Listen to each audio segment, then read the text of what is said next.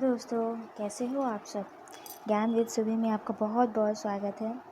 Please subscribe, like and share my channel.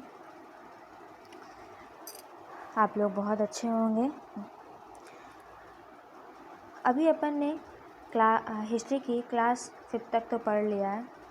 अभी इसके पहले आपने क्या पढ़ा था? यजुर्वेद पढ़ा था। नेक्स्ट टॉपिक आपका क्या है? सामवेद। अपन सामवेद के बारे में जानेंगे और इसमें क्या क्या चीज़ें हुई हैं, क्या क्या चीज़ें हो सकती हैं, वो सब पढ़ेंगे। प्लीज़ माय चैनल को सब्सक्राइब और लाइक और शेयर करना नहीं भूलिएगा। चलिए क्लास स्टार्ट करते हैं।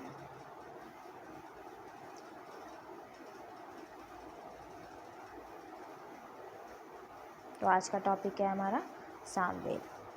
तो पता होगा कि जो सामवेद है, अभी तक अपन ने कितने वेदों के बारे में जानकारी ले ली है? 3 वेदों के बारे में। वैसे तो अपन ने कितने वेद होते हैं? 4 वेद होते हैं। कौन कौन? ऋग्वेद, सामवेद, यजुर्वेद और अथर्ववेद। तो अपन ने ऋग्वेद और यजुर्वेद के बारे में पढ़ चुके हैं। नेक्स्ट हमारा क्या है? सामवेद। इसके बाद अपन अथर्ववेद के बारे में जानेंगे। तो आज का टॉपिक क्या है? सामवेद। तो सामवेद में पता होगा कि जो सामवेद है वो चारों वेदों में से कौन सा वेद है? ये तीसरा वेद है। कौन सा वेद है? तीसरा वेद है। सामवेद का जो महत्व है क्या है कि इसमें इसे जो है संगीत का जनक कहा जाता है। संगीत का जनक किस वेद को कहा जाता है? सामवेद को कहा जाता है, क्योंकि इसमें ऋचाओं का गान क्या होता है? ऋचाओं का गान होता है।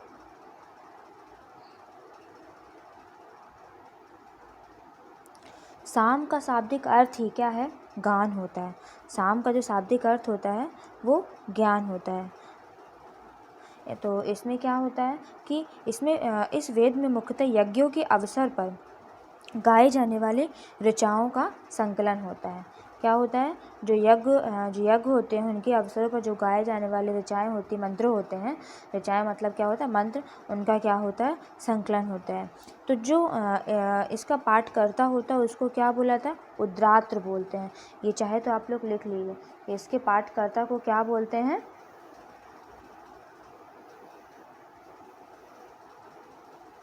उद्रात्र बोला जाता है। जिसके पाठकर्ता को क्या बोला जाता है? उद्रात्र बोला जाता है। लेकिन जो सामवेद में इसका जो मूल स्वरूप है वो सामवेद में अधिकतर मंत्र किससे लिए गए हैं? ऋग्वेद से लिए गए हैं। किससे लिए गए हैं? ऋग्वेद से लिए गए हैं। और इसमें कितने सूक्त हैं? 1810 सूक्त हैं। कितने सूक्त हैं? 1810 सूक्त हैं। याद रखना कि सामवेद में कितने सूक्त हैं? 1810 सूक्त हैं, जो प्रायः किससे लिए गए हैं? ऋग्वेद से लिए गए हैं। अब मुख्य विषय क्या है? यज्ञ के समय गाए जाने वाला मंत्र। ये क्या होता है? सामगान होता है। क्या होता है? सामगान होता है। सामवेद की प्रमुख शाखाएं क्या है? 1000 से अधिक शाखाएं हैं, परंतु अब केवल कितनी शाखाएं उपलब्ध हैं? केवल 3 शाखाएं उपलब्ध हैं। देवता कौन कौन से हैं इसमें प्रमुख? सामवेद में अग्नि, इंद्र और सोम देवता प्रमुख हैं। कौन कौन से हैं? अग्नि हो गया, इंद्र हो गया और सोम देवता क्या है? प्रमुख हैं। संगीत से संबंध क्या है इसमें कि भारतीय शास्त्रीय संगीत की जड़ें सामवेद में पाई जाती हैं। जो अपन के शास्त्रीय संगीत की जड़ें हैं वो किस वेद से चली आ रही है? सामवेद में ही पाई जाती हैं।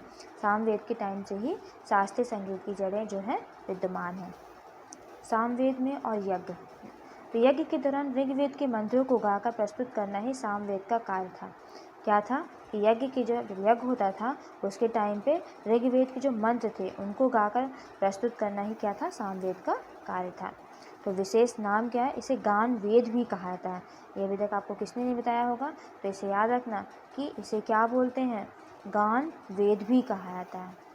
अपन ने सामवेद के बारे में अब इससे क्या क्वेश्चन बन सकते हैं, सारे क्वेश्चन अपन आज इससे कर लेंगे।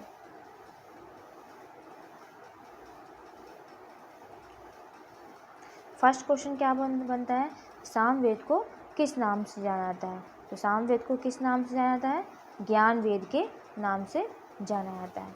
नेक्स्ट क्वेश्चन क्या है कि सामवेद का मुख्य विषय क्या है? मुख्य विषय क्या है हमारा? सामगान या गान होता है। नेक्स्ट क्वेश्चन क्या है हमारा? सामवेद में अधिकतर मंत्र किस वेद से लिए गए हैं? ये तो अभी आपको मैंने बता ही दिया कि सामवेद में अधिकतर मंत्र किस वेद से लिए गए हैं, ऋग्वेद से लिए गए हैं। नेक्स्ट क्वेश्चन क्या है हमारा, सामवेद में मुख्य रूप से किस देवता की स्तुति की गई है। तो सामवेद में मुख्यतः किस देवता की स्तुति की गई है, अग्नि, इंद्र और सोम की। नेक्स्ट क्वेश्चन क्या है हमारा, सामवेद की वर्तमान में कितनी शाखाएं उपलब्ध हैं।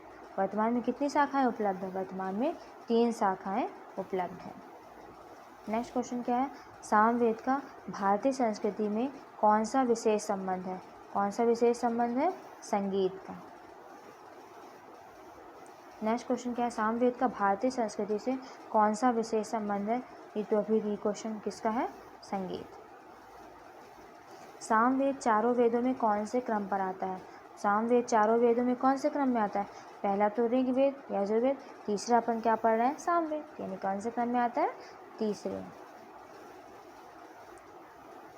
ये हो गया आपका सामवेद का। प्लीज़ चैनल को लाइक, शेयर, सब्सक्राइब करना नहीं भूलिएगा।